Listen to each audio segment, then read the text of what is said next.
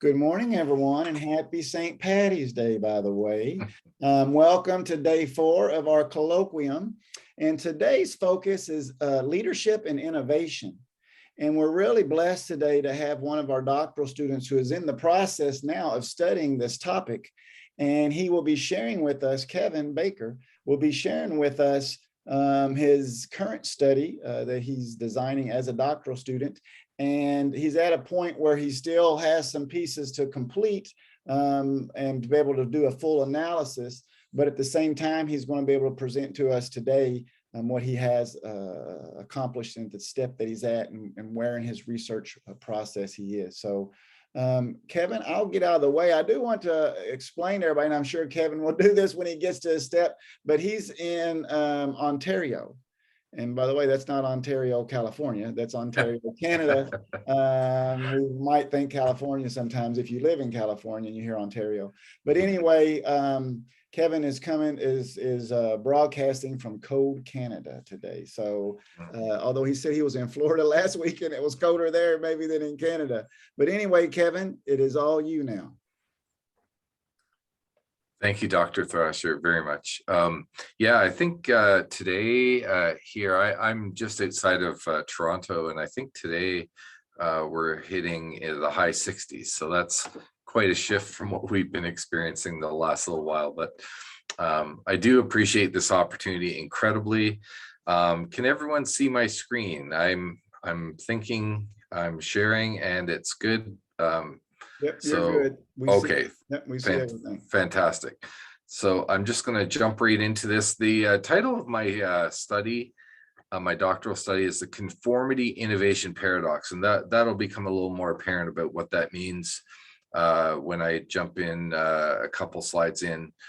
But essentially, I'm studying innovation climate and psychological safety in our college system here in Ontario, Canada. And again, I'll talk a little bit more about the environment and so on, and it'll become a bit more apparent. So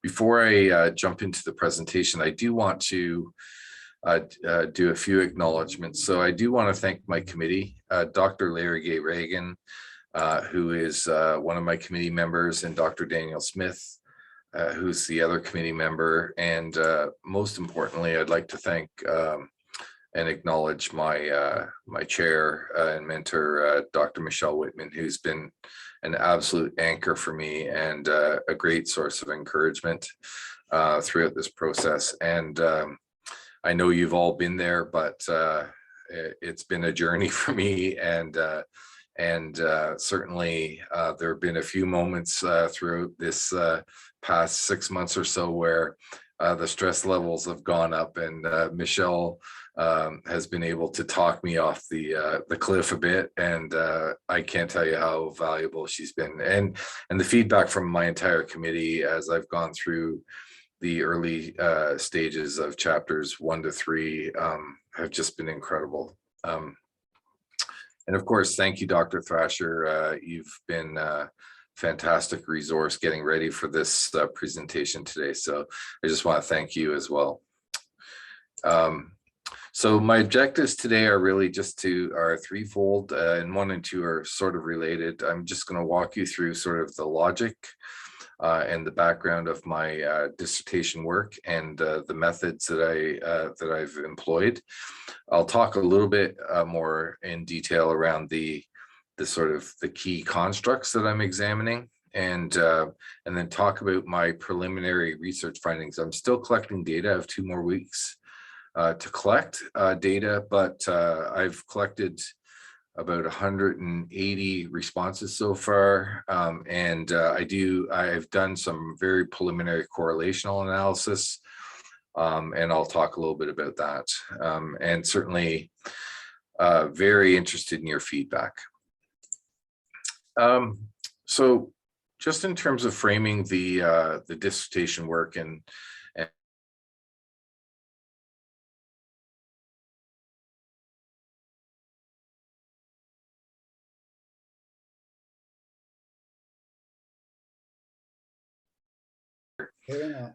Okay, there you go. I heard your audio cut out. I don't know if it Oh, was, it was only for a second or two, but we had it happening yesterday too. So continue. yeah. I'm sorry. I think it is on my end. I just got a flash across my screen saying my internet was unstable. I'm actually at work in my college, so I'm not sure why we generally have good reception, but I apologize for that.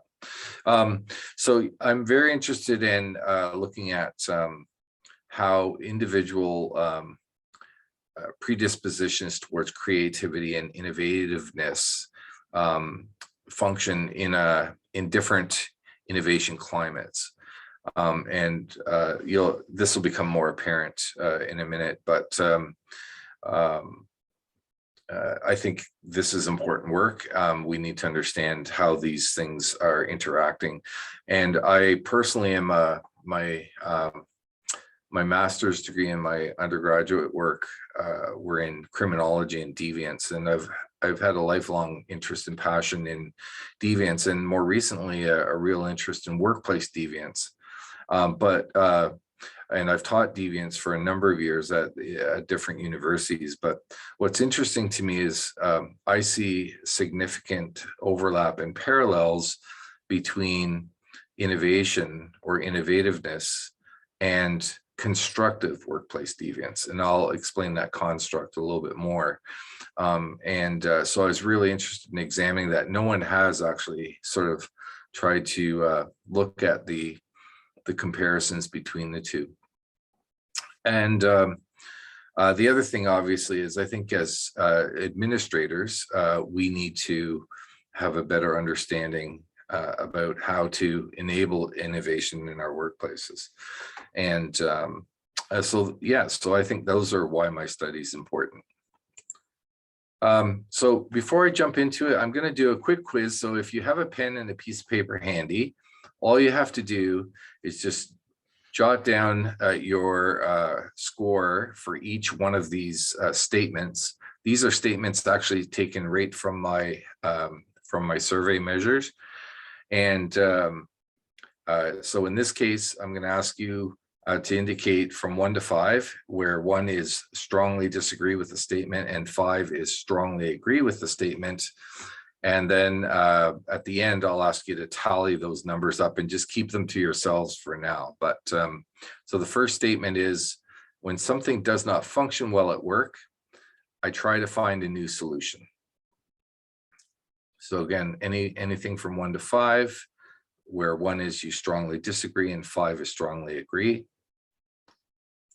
The next statement is, I try to show my colleagues positive sides of new ideas. I look for and secure funds needed for the implementation of my new ideas.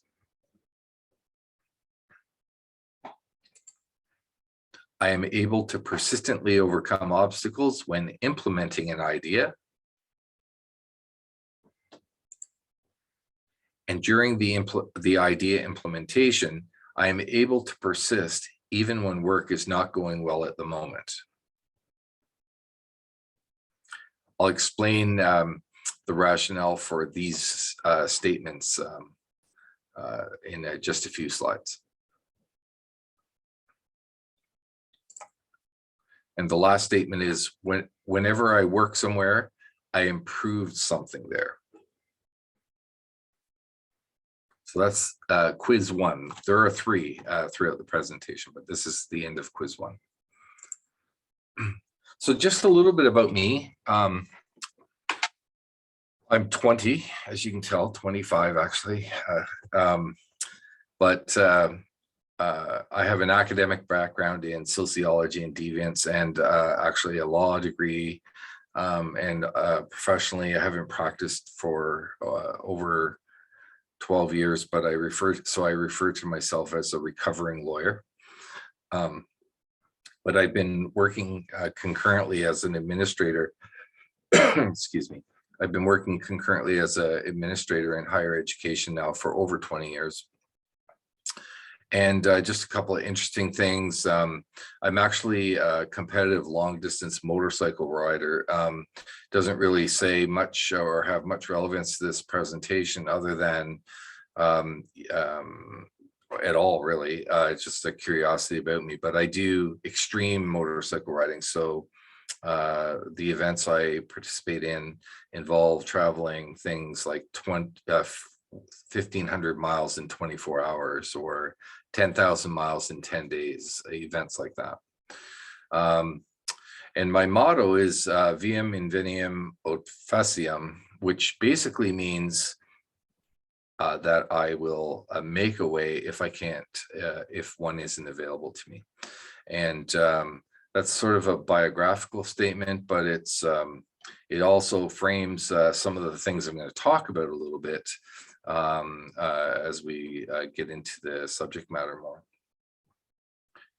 In terms of the background of my research, I was this entire topic, and Dr. Dunn may remember this in conversations in the courses I took with him early on, but very early in my doctoral program, I stumbled across a couple of articles that really resonated with me about the frozen middle. This is this paralytic state that middle managers find themselves in when they are asked to both innovate and conform. And not only to innovate and conform personally, but also to model that behavior and to have their teams exhibit both of those behaviors. And in many instances, these are quite contradictory. And so I was actually shocked to, I didn't know the term frozen middle initially, but if you Google frozen middle, you'll find literally hundreds of articles where different writers in the business field speak about this paralysis that is created.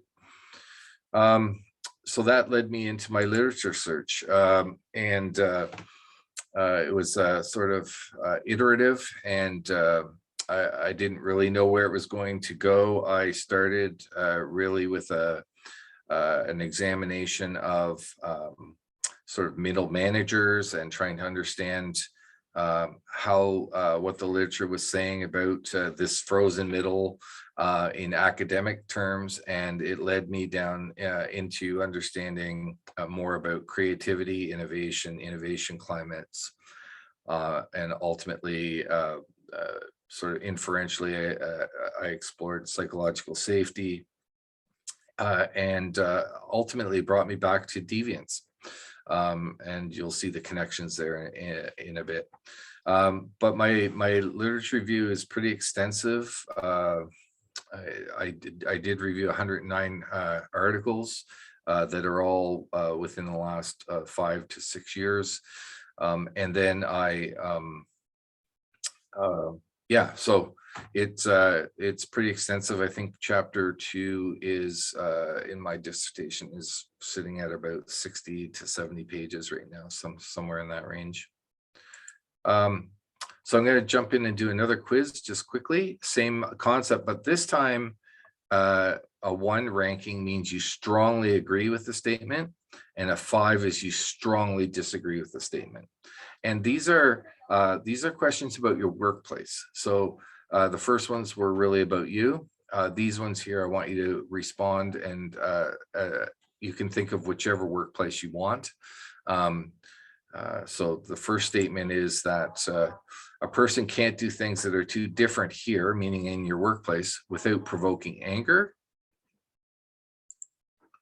The best way to get along here is to think the way the rest of the group does. The people in charge usually take credit for others' ideas. My employer seems to be more concerned with the status quo than with change. Lack of funding to investigate new ideas is a problem at my workplace. And personnel shortages inhibit innovation at my workplace. So that's quiz 2. So if you could just summarize your score for that one and make note of that. We'll come back to it in a bit. So I won't bore you with extensive conversations about each of the key constructs, other than to say that these were all explored in my lit review, and I did learn some interesting things. For example, even within the literature, one of the critiques of prior research is that there seems to be an interchangeable use of the terms creativity and innovation, and they're used as synonyms. But in the more recent literature, there's been a hard push to separate and treat the two constructs as separate. And from a purely definitional perspective, creativity is seen as the ideation phase of the innovation life cycle, and what we typically refer to as innovation is often referred to as the implementation phase.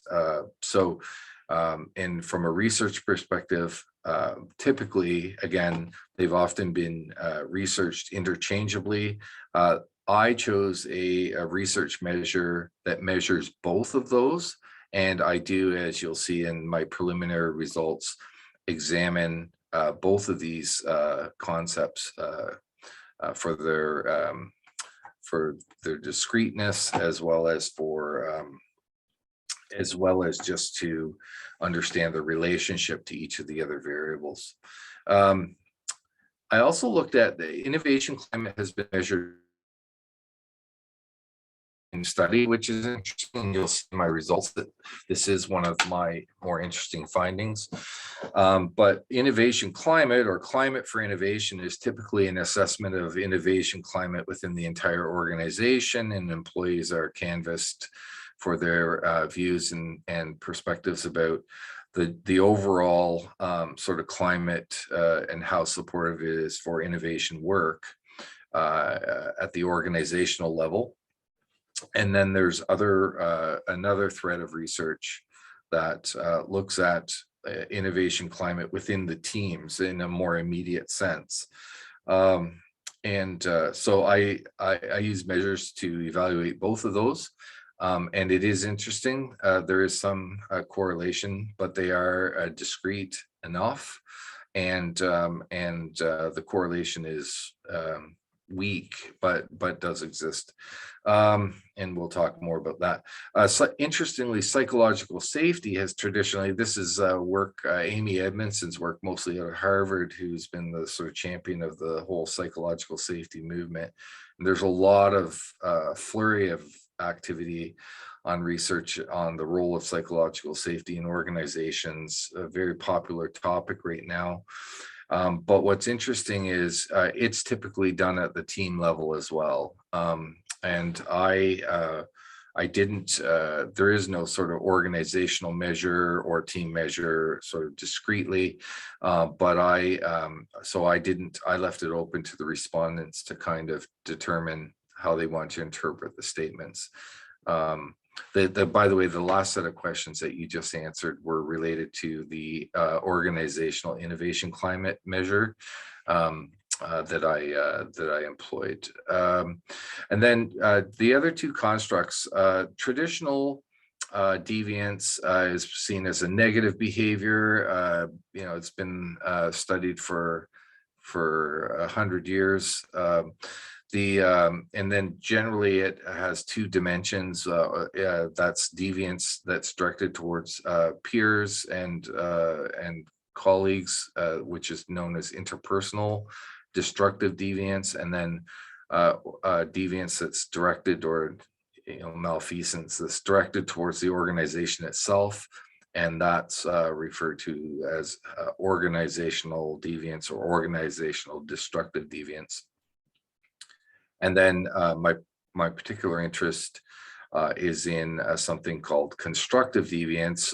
It used to be called positive deviance, but because of some ongoing disputes over positive deviance, which is actually a methodology as well, and to avoid confusion, the language flipped over to constructive deviance.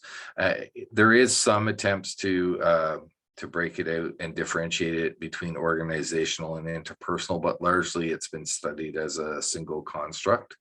And again, I won't belabor it here, but there's an interesting nuance to constructive deviance that I'll talk about in a bit.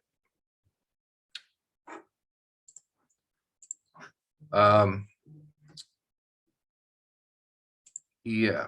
So in terms of the foundation of my research, I'm not going to go through all of the theories and why they're relevant, but essentially they start with sort of what I'll call classic deviance theory, Merton's strain theory, or classic strain theory. It's fairly old. It's stood the test of time in many respects, and I'll talk a bit more about it in a second. But it's largely an environmental theory that focuses on how the environment shapes our behaviors. And then the theories sort of progress on through trait activation and conservation research, resource theory. And this is, by the way, the same journey that the literature has taken, but these latter theories tend to be more psychological in nature and focus much more on how the environment is inducing or triggering, specific behaviors, but with much more focus on individual differences in the response to the environment, whereas the early theories didn't really differentiate between different types of individuals, or didn't control for different characteristics of individuals. So that journey is embedded in my work as well. And really, oh, sorry. So we're going to do one more quiz. I forgot it was this early. So this quiz, again, is going to ask you on a scale 1 to 5. So again, flipping it around, this time 5 would be strongly agree and 1 will be strongly disagree. And you're going to get 5 statements this time. So the first one is that thinking about your work and how you approach your work. I'd ask you to rank these again. So I departed from accepted tradition to solve problems at work. I decided on unconventional ways to achieve work goals. I sought to bend or break the rules in order to perform my job. I bent a rule to satisfy a customer's needs. I did not follow the orders of my supervisor in order to improve work procedures. So just before I jump to the next slide, you can see here, and I'll allude to this again in just a minute, but you'll see if you sort of read into those first few statements that they seem very similar to innovative behavior. And the latter ones may seem like they move the pendulum a little bit more away from what we would traditionally consider innovative workplace behavior. But these are actually all part of a measure developed by Bella Galperin over 20 years ago that all measure constructive deviance. And I'll return to that in the discussion in a bit. So there's the 5 in this one. And so again, I just ask you to make note of your total. So my research questions are pretty straightforward. The questions were, what is the relationship, if any, between individual creativity and innovative predispositions, the innovation climate, in their team or organization, and destructive and constructive workplace deviance? And then sort of the second question related to that was, did psychological safety moderate or mediate the relationships that were found, if any, in question 1? And how I got to that relationship issue, and going back to Merton's strain theory, is really the foundation of this work, was in the workplace. My argument was that administrators, middle managers, leaders really at all levels are faced with this paradox, and that is that they have to be, there has to be creative and innovative, and also to be conforming and modeling those things, as I mentioned at the outset. And the issue with the relationship between the organizational climate, as I've identified here, the two main considerations are: is the innovation climate designed to foster innovation, or is it designed to inhibit it? And similarly, does psychological safety promote or inhibit innovation? So that was my sort of question. And then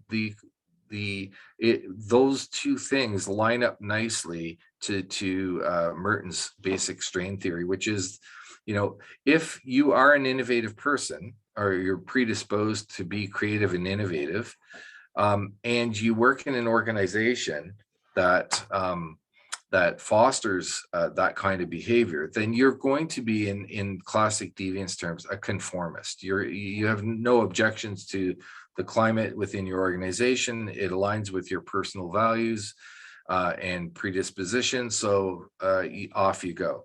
And then there are different things. So, and you've probably all experienced this, where you've worked with someone who you're in a particular workplace environment, in this case, let's say an innovative workplace climate, and but the person is not very risk-taking or adventurous or entrepreneurial at all, but they're expected to go through the behavior. So they'll do that ritualistically.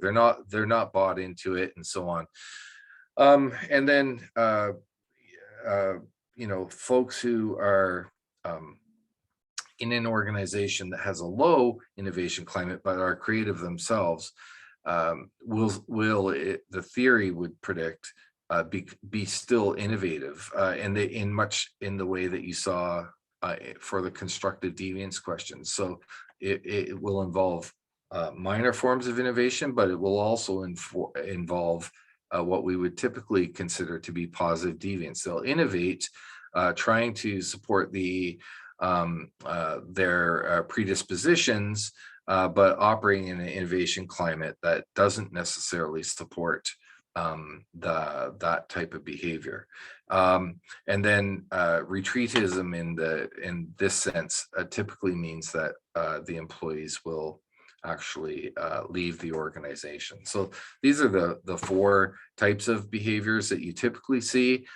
This particular rebellion construct here, essentially in the workplace, would mean that you see subcultures form, where units within the organization may actually establish a different approach to achieving their own set of goals that align with their own sort of subcultural values. And it's fascinating, but I think this is perhaps also a part of what aligns nicely with the difference between the organizational innovation climate and team innovation climate measures, is really starting to get into whether or not you have this small group of or this subculture emerging within particular organizations. And we're all familiar with that. We see lots of organizations where different units within the organization will have one type of culture related to innovation. They'll be very risk averse and conservative and not very entrepreneurial. And then you'll have other units within the organization, sometimes because of the nature of the work, but also sometimes because of the folks that are in those units, that will be much more risk tolerant and aggressive in how they approach their innovation activities. So here's my my hypothesis laid out sort of as a schema. You see the innovation predisposition that I was interested in measuring, as well as the innovation climates that I'm trying to measure within the organization, and they effectively create a derivative variable or related variable that I'm not measuring directly called dissonance or strain. So this is what I'm trying to find out. So I'm looking for the difference between the two. So I'm looking for people who are more innovative in their personalities and who are less are working in low innovation climates who will see high misalignment, or people who are very they're not predisposed to innovation, but they work in high innovation climates. So I was really interested in those folks, and then seeing and measuring the levels of destructive and constructive deviance that they self-reported, but also measuring the impacts of psychological safety to determine whether or not those moderated the levels of deviance that were observed in the surveys. So yeah, so my study employs a non-experimental quantitative research design. It's cross-sectional. I do have a follow-up study, but it's not longitudinal in nature. I am doing I'm doing a just-in-time survey with questions very similar to what you just saw earlier. And then I am doing a follow-up survey that is asking them to talk about their climate pre-COVID. And we did that just as a control to try and determine whether or not the COVID has changed the innovation climate, or perception at least of the innovation climate in the colleges that these folks work in. My survey has been administered. This is a bit of a misstatement, I suppose. There are 3,000 administrators roughly in the Ontario College of Applied Arts and Technology system here in Ontario. I did not have access to all 3,000. I had access to about 2,000 of those administrators, but that is the total population. I'm surveying 17 of the 24 colleges. So I got REB and institutional approval from 17 of 24 colleges. And I've been doing data collection since February 1st, and I'm about to send out my reminders for the last week of data collection, which will begin on this weekend. And right now, my initial goal was to get to 380 participants, which would have given me confidence level of 95% and a precision level of ±5. I'm not going to get to 380. I'm going to keep trying to, but I don't really believe I will get there.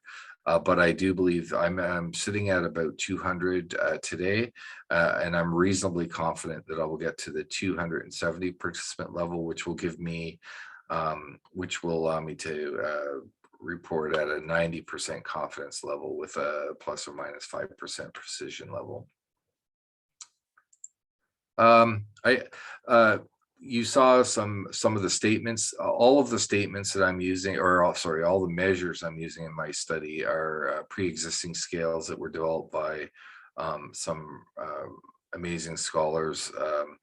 But the most recent one is a fairly new measure for creativity and innovativeness, and I had elements of both sides of that measure in the first quiz that you answered by Lux and Stefan, and then the two classic measures for innovation climate by Scott and Bruce and Anderson West been used in literally thousands of studies, as has Amy Edmondson's psychological safety scale, and then Bennett and Robinson's destructive deviance survey, and Galperin's constructive workplace measure. So they've all been around for, with the exception of Lux and Stefan scale, for a couple of decades, and have been used widely and repeatedly validated in multiple jurisdictions, and very reliable. And I use 6 control variables in my study. So institution size, the position. So within the administrative groups, we have different categories. So executive level, academic leadership, non-academic leadership, and then non-leadership administrators, managers, and so on are the categories. Gender, tenure, meaning length of service, and educational attainment, and age. And these are all control variables that are used extensively in this literature. So in terms of my data analysis, I'm only at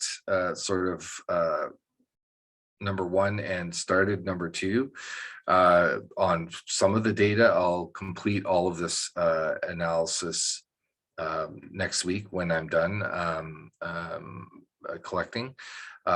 But essentially, I'll be doing the descriptive data, and I've done some preliminary correlational data, which I'll share with you shortly, and then I plan to do multivariate and regression analysis. Perhaps you'll see why in just a minute. But most of the research that's looking at the particularly with the mediated or moderated variables has been doing a path analysis, and I may go there. It may be unnecessary. Certainly, if you have feedback there, I'd really appreciate it. So let's talk about your quiz results and how it relates to my study. So I don't know if there's a way for you to contribite and speak up or not, but if Kevin, not, you Kevin, yes, let's jump in for a second to help please. with this piece. Yeah, everybody can turn on their mics if they want. Okay.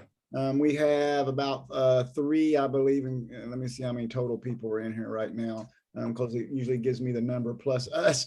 So yep, we got 3 other folks besides us who can just open up your mics, Andre, Great. Heather, and Don. That's great. So what I'm going to do is I'm going to give you the categories, and I just want you to kind of sort of follow along here. But so for quiz 1, if you scored between 21 and 30, you're considered to be very creative and innovative. Does that apply to any of you? Does to me. Okay, Dr. 22. Dunn? Yeah.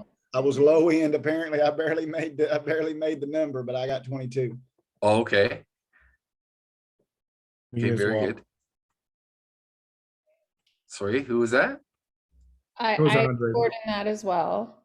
Okay, so you all scored very creative and innovative? We think so. Okay, Yes. that's wonderful. Okay. Self-disclosure, you know. Okay, yeah, no, that's great. So yeah, and I mean, these are arbitrary. I made these up myself in terms of the categories, but they do essentially align with the overall survey results in terms of how you would put yourself. And I would think academics, intellectuals would probably typically score fairly well on that creative and innovative thing. And this is actually pretty consistent with the results I've seen. The self-assessments on creativity and innovation have generally been in the higher range across the board in terms of the means anyway. And then low, just sort of how I constructed this little pop quiz. But so in quiz 2, describing your workplace now, 21 to 30 would be a high innovation climate, 11 to 20 would be a moderate innovation climate, and 0 to 10 would be a low innovation climate. So would any of you work in what you consider to be a high innovation climate? I consider Aspen to be high. Okay, did My own you experience. score it within the 21 to 30? Yeah. Okay. This was a little confusing for me, Kevin, only because the scale went backwards all of a sudden, and it was not assessing agreement; it was assessing disagreement. Correct. And I may have gotten confused in that, but I ranked it as an 18. Right. So I think we're at least moderately innovative and on the high end, you know. Right. Yep. That's kind of what we'd expect to see. And Dr. Frederick? Moderate as well, but along with Kevin, I was halfway through going, am I doing this right? I Right. think it would have been easier for me if I had it in front of me, but 100%. I think moderately fits so far with my experience. And even if you'd scored 18, even if you were scoring it incorrectly, you would have ended up with moderate as well anyway. So, so it's okay. And then Andre? I would concur with Dr. Dunn that it's a high innovation. Okay, very good. Okay, so this will give you a good sense. So you would actually be poor subjects for me because I'm hoping when I have high innovation folks with high predispositions that I would see. I'm looking ideally for subjects who are working in low innovation climates because that's where I believe I'll find the most pronounced examples of deviance occurring in the workplace, but we'll see how it shaked out. So in Kevin, yes, I think that's an interesting point. Just one to consider, because I wouldn't be at a place where I couldn't be highly innovative. So the first result and the second result depends on me being wherever I am. Oh, absolutely. And these things, so all I'm saying is, so these two, quiz 1 and quiz 2 are the independent variables, and then quiz 3 becomes the dependent variable. So in your cases, my prediction would be, and I'll just predict before you tell me what you would have done. So you'll see my 3 categories for deviance would be that I would expect that you would have all scored below 10. No? I was in the middle. I would have been moderate. Moderate. Okay. I scored 11. 11. So very close to not very deviant. Dr. Frederick? I was moderate as well. Right. And Dr. Rosedale? I was moderate as well. Right. So this would be almost exactly what I would predict. But no one scored in the very constructively deviant category. The prediction would be that if you were not aligned, that would be what would provoke. I'm just talking theoretically. That because 1 and 2, the independent variables, if there's not a lot of dissonance between the two, then you should end up with a relatively moderate to low deviance, self-reported deviance outcome. But if you had a high misalignment, so you were as you said, Dr. Dunn, if you were highly innovative but working in a low innovation organization, you would exhibit and engage in many more both constructively and destructively deviant behaviors, or if you were low innovator in a high innovation environment. That was the theory. Okay. As I recall, that was the one with the 5 questions, right? Yes. So as I recall, the first 3 were ethical. Largely innovation They were ethical. questions. I mean, you didn't defy or go Right. against the university or its mission, but you did take leeway. Right. The last 2, though, which is really why my score went down, was I didn't want to be unethical. Right. I would change the rule rather than not obey the rule, for instance. Right. So that's, again, I'm not even arguing with you. That's exactly what I would expect to see. But that's not what I found. So that's so we'll jump to that in a minute. But I want you to explore this kind of so what you're describing to me is very predictable in terms of what I imagined and how it would line up with the organization. And where the ethics questions come in, Dr. Dunn, are when you are in a situation where you are unaligned, where people then start to step outside of the the orthodoxies within the organization, policy and leadership values and so on, to perhaps serve customers and prioritize their needs over, say, maybe the institutional priorities and so on. So that's kind of what the literature would say you would find, or people become disenchanted with the leaders or with the organization or with their peers, and then they start to exhibit more and more forms of workplace deviance. So here's what I found. So I know these, I don't have the, I apologize for this, I don't have the codes, but just to walk you through what these are. CR is creativity, the measure, half of the measure from the Lux and Stefan measure. Innovation is IN. IC is the innovation, the climate for innovation within the organization. TC is the team innovation climate. PS is psychological safety. CD is constructive deviance, and OD is organizational deviance or destructive deviance for our purposes.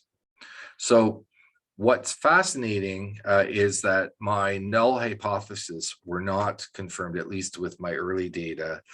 And the only correlations that were really substantial were the correlation between the innovation and creativity behaviors, and the innovation climate and psychological safety were substantial. There are some other moderate correlations between team innovation climate and psychological safety, which is fascinating and probably somewhat predictable, given that psychological safety is largely used to assess relationships at the team level. And then no one has ever employed the innovation, the climate for innovation at the organizational level and the team climate, but you would expect that the two would be related, and you do see a moderate correlation there as well. So just on a very preliminary quick skim, you kind of see some things happening, but what is interesting is there's really no correlation to speak of at all when it comes to the relationship between any of these variables and either constructive deviance or organizational deviance, just on the surface. So my next level of analysis was to create some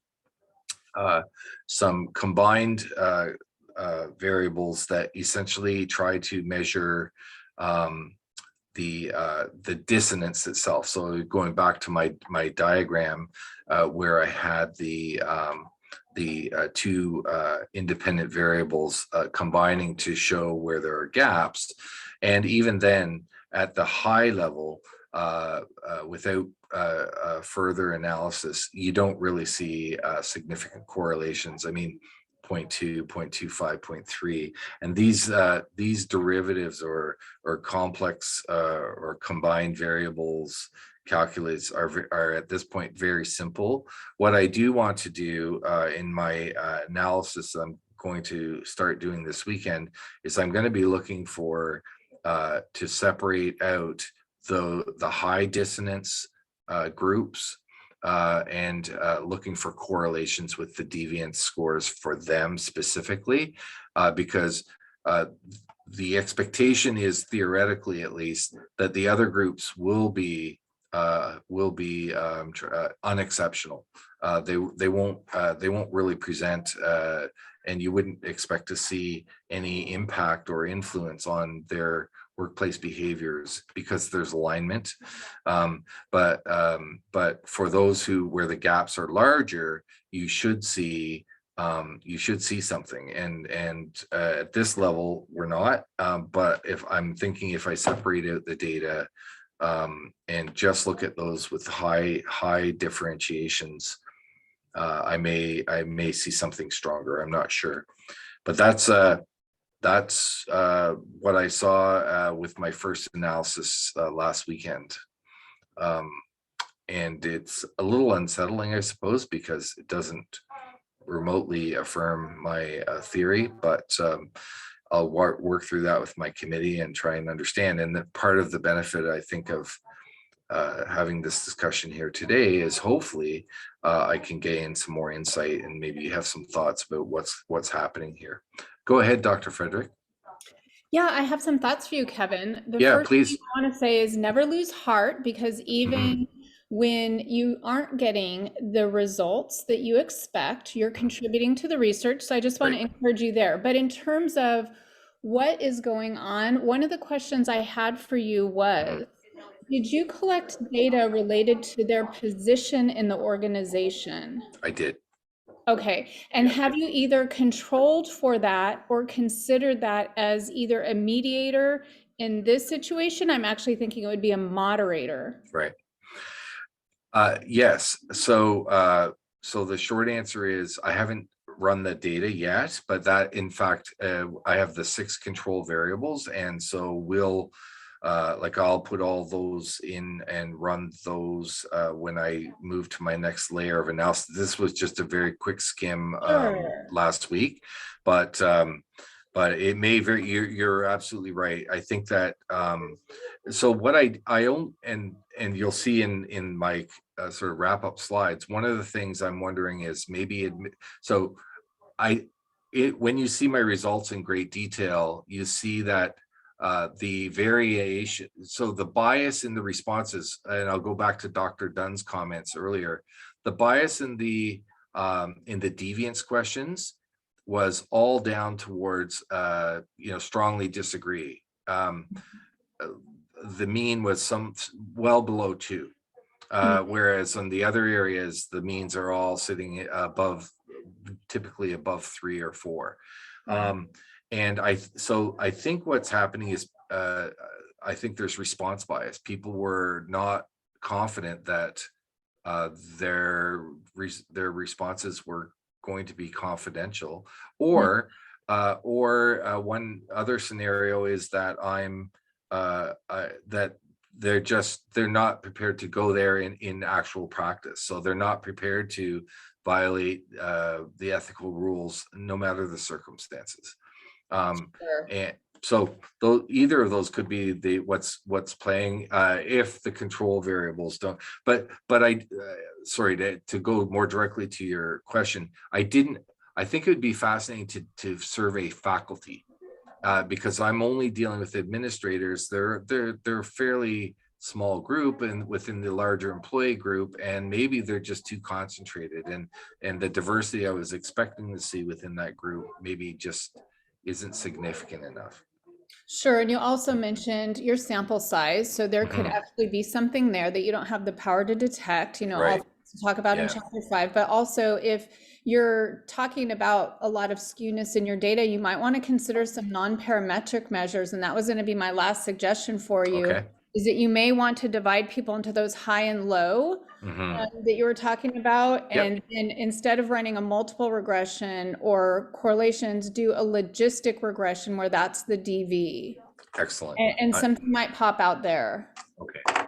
So can you just give me that term again? Logistic regression, and feel free to email me. And if you want to hop on a call, I was just talking to Michelle yesterday about something else. Sometimes some of these more esoteric, less used statistical strategies aren't as familiar with people, right? Everyone has their area of expertise. So if there's any way I can assist, just let me know. I really sincerely appreciate that. And that's the beauty of coming and attending.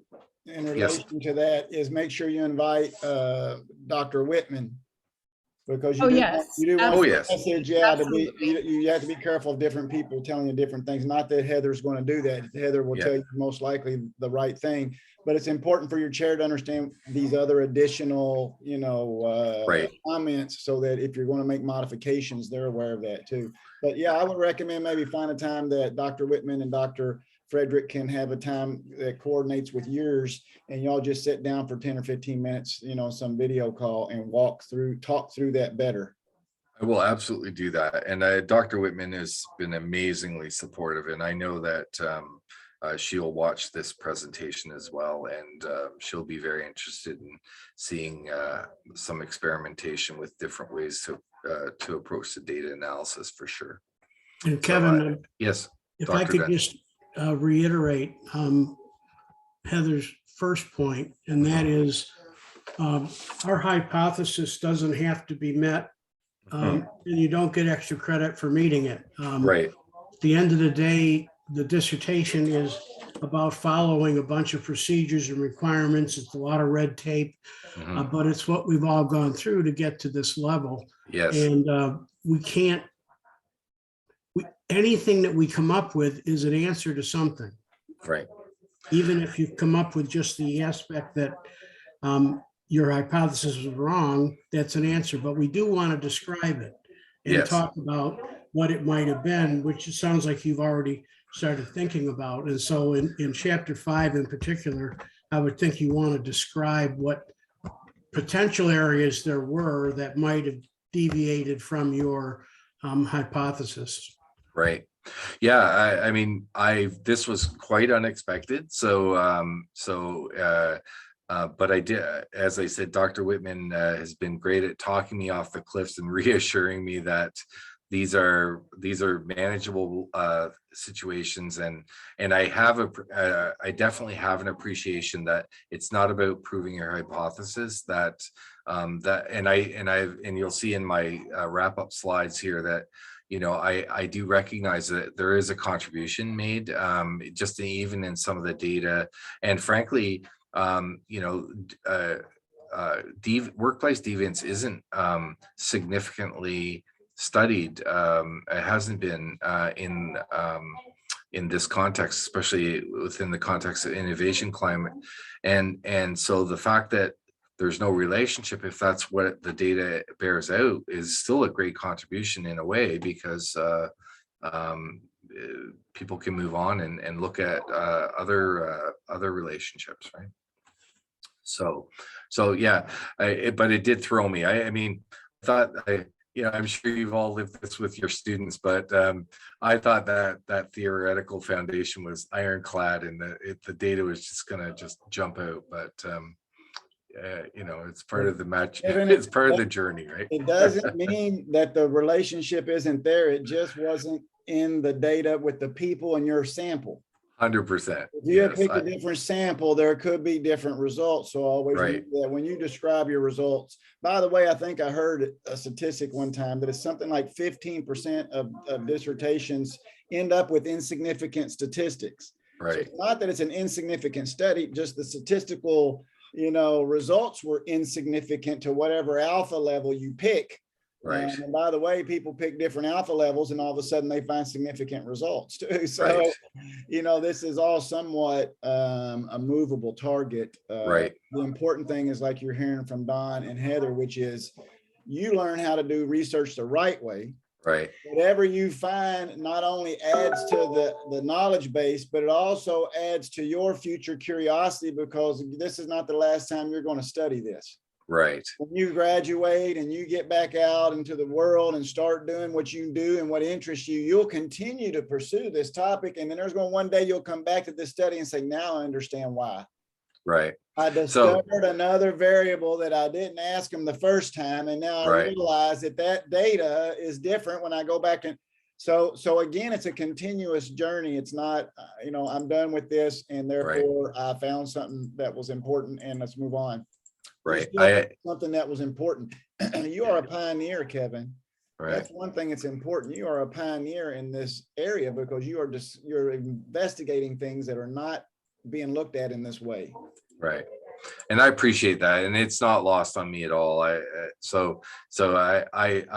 sincerely appreciate that, the moral support, and also the contextualization of this.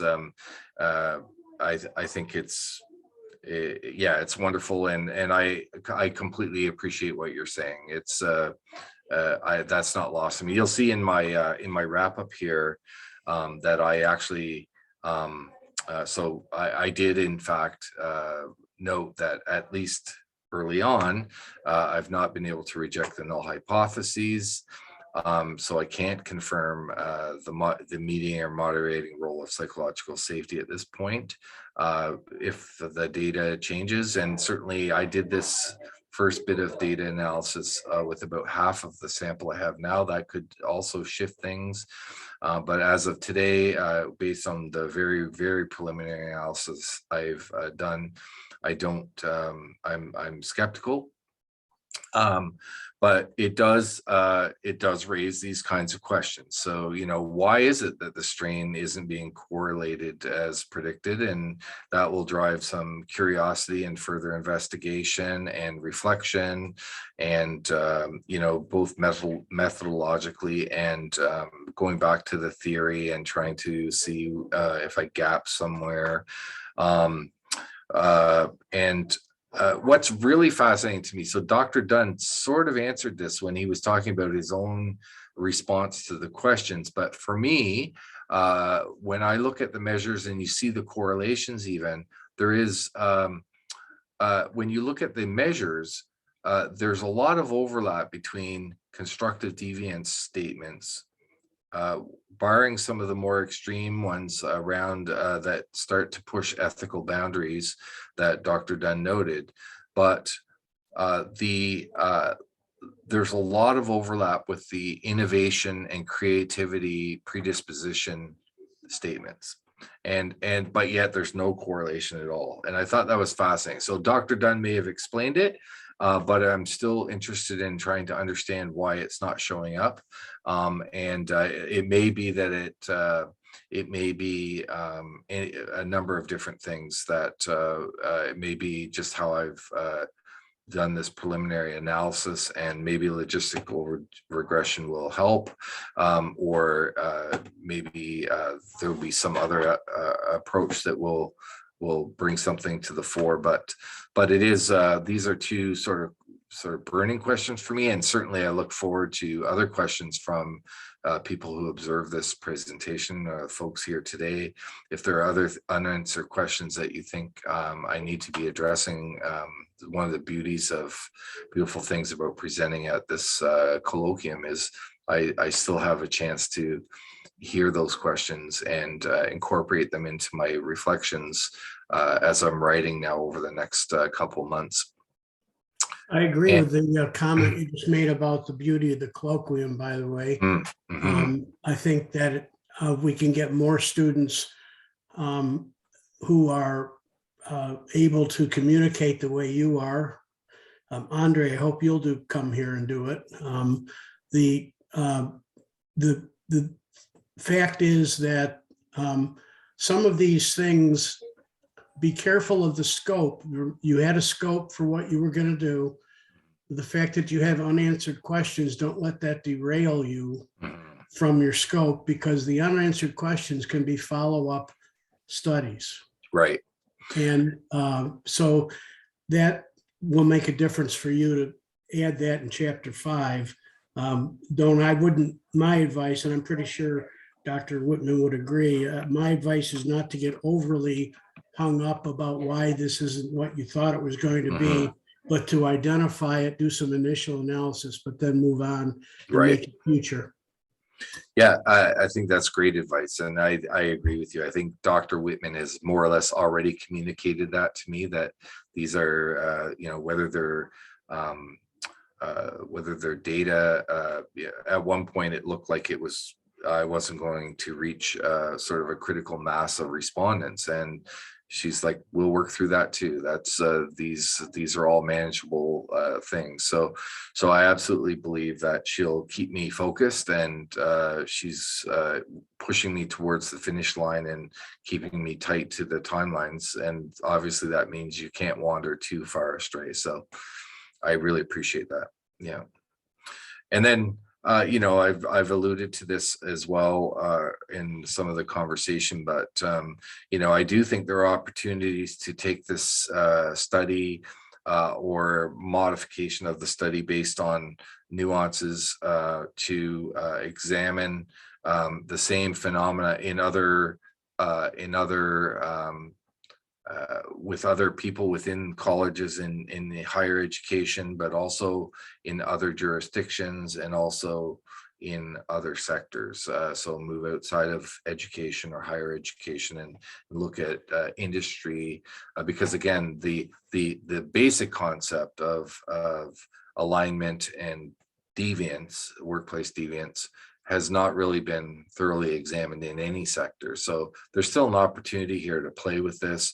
And maybe, like I said, maybe the sample was too homogeneous. And that's part of what's contributing to this,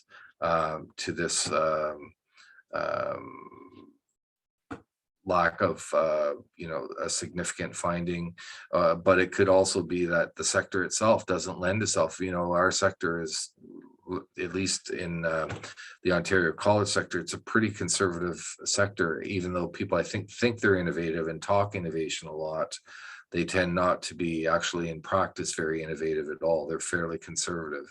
And so it may very well be that they're just not engaging in very much workplace deviance, either constructive or destructive, because they don't need to. And so that could be another, anyway. So my point is that going to another sector that isn't maybe a higher innovation sector, it might see different results, or a lower innovations sector.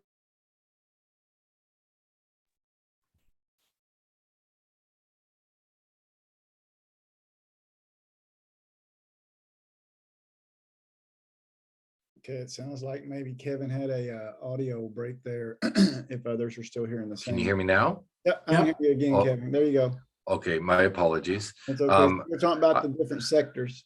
Yeah, and sorry, Dr. Thrasher, I was just acknowledging your comment that this is just the beginning of the journey, and really, if anything, as I've noted here, just a few possible other exploration areas might foster different results based on differences in the composition of the folks and of the sector itself. And this is really just the beginning of the journey for me. It's really spawned some passion and curiosity, and I think that's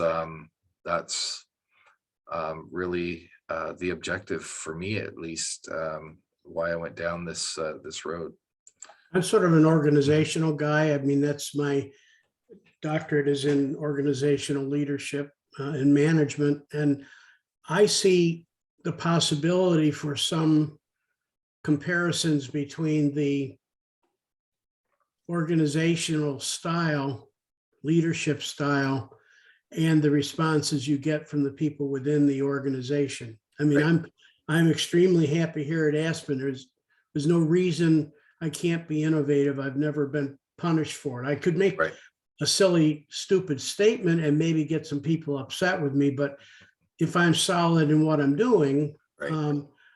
The university is open for me no matter what my level is, faculty or administrative or what it is, they're open for me to be who I need to be for the benefit of the organization and myself. So that's a very different kind of organization than one that's more autocratic. So right. I think there's a possibility of taking your study and trying to identify the organizational style of the sectors or whatever you call them. I'm sorry, I don't know exactly, and see if there's a comparison to how they answered it to others. So, yeah, absolutely. And I think that going back to the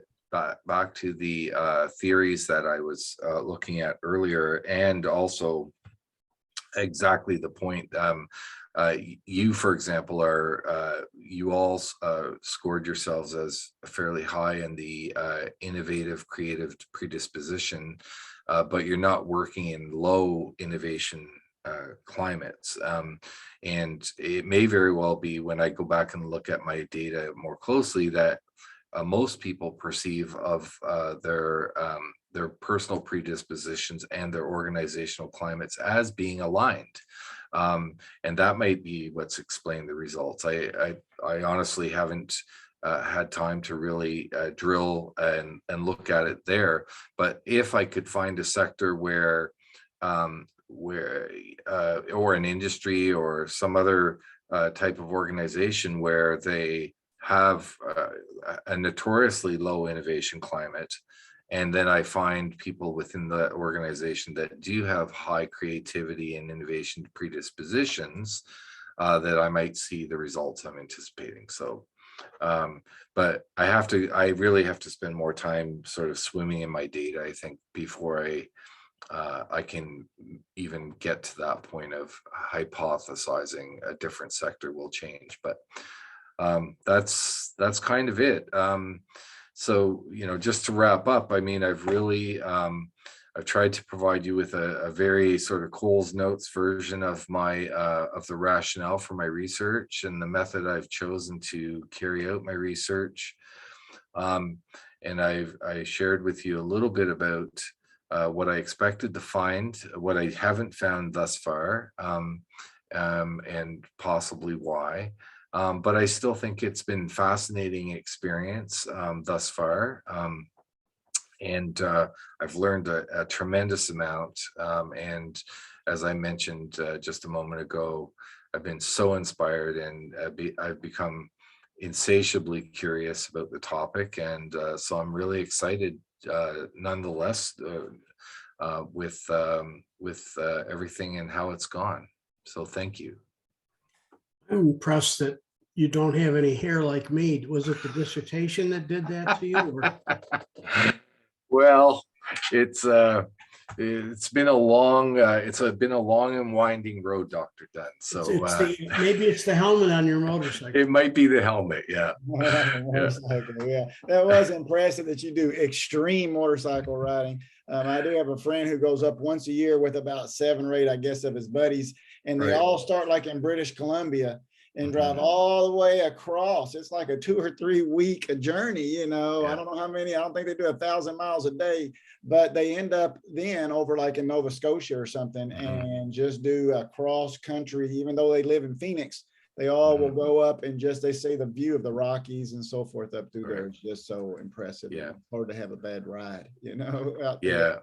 Yeah. But anyway, Kevin, what an absolutely great job that you did on presenting your doctoral research to us. I'm so happy you were able to share that and get some feedback from people who do this on a regular basis. So you have now new friends in this group who will, even after you graduate, can become sort of, let me turn my video on here, become sort of future colleagues of yours and maybe co-authors on topics. Dr. Dunn said that's an area he's interested in. Therefore, he may have background and knowledge, and y'all do research in the future. These colloquium experiences have created 2 or 3 of these exact scenarios that I just described. People hear similar research and then they just connect, and now it changes their trajectory when you sometimes have a buddy, helping you study the same things. Anyway, Kevin, I want to just quickly capture some, I think, of the very high points that I sort of gleaned from your presentation. And first of all, you have a great committee team. So good luck on everything that you're going to do with them when you finally start doing your results. By the way, you can stop sharing if you want. Okay, fair enough. And then we can just go back to the group scene. That way you'll free up your computer. But anyway, through this whole process, I was thinking it is sort of a battle between 2 extremes almost through this whole process. Are you going to innovate, or are you going to remain status quo?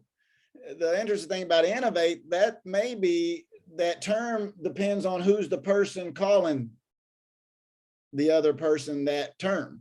So for example, upper management may call people who are innovative deviants. Right. You're not following status quo. You're deviating from what we want you to be doing. Whereas the people underneath will not see themselves as deviants. They call themselves innovators. Right.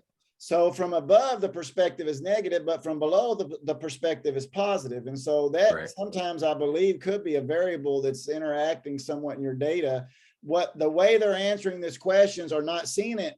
They're seeing it as that I'm being innovative. I'm not being deviant. Whereas the upper management who are answering these questions are seeing it as deviance, not being innovation. So I did notice kind of throughout that is a hard challenge when you're trying to say, I believe you even said it, conformity and innovation paradox.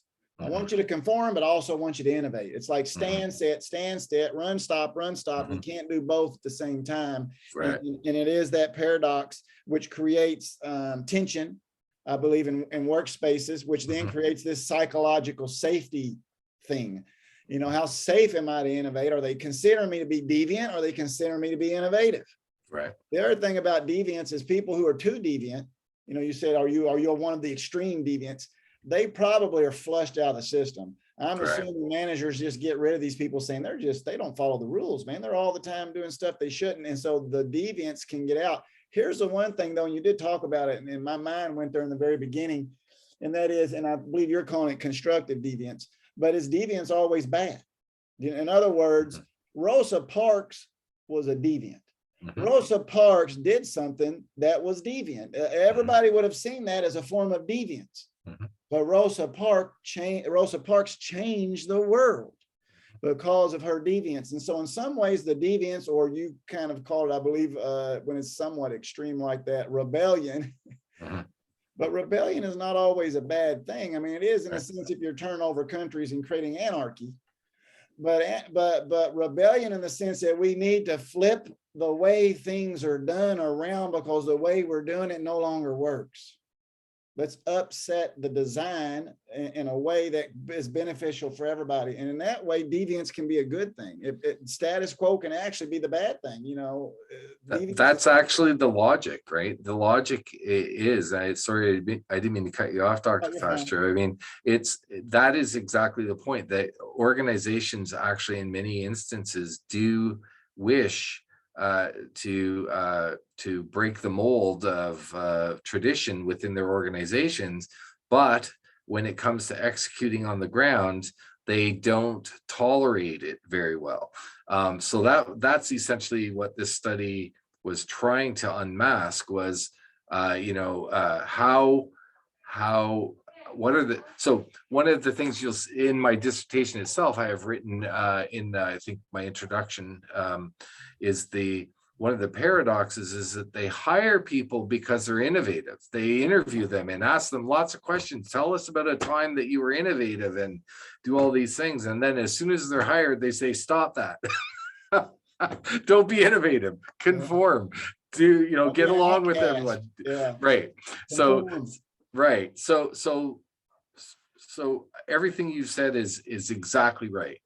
That's exactly kind of how I'm approaching this curiosity. Is something happens to, I have lived it myself. I'm as I mentioned at the very beginning, in my autobiographical component of this research is that I'm a nonconformist.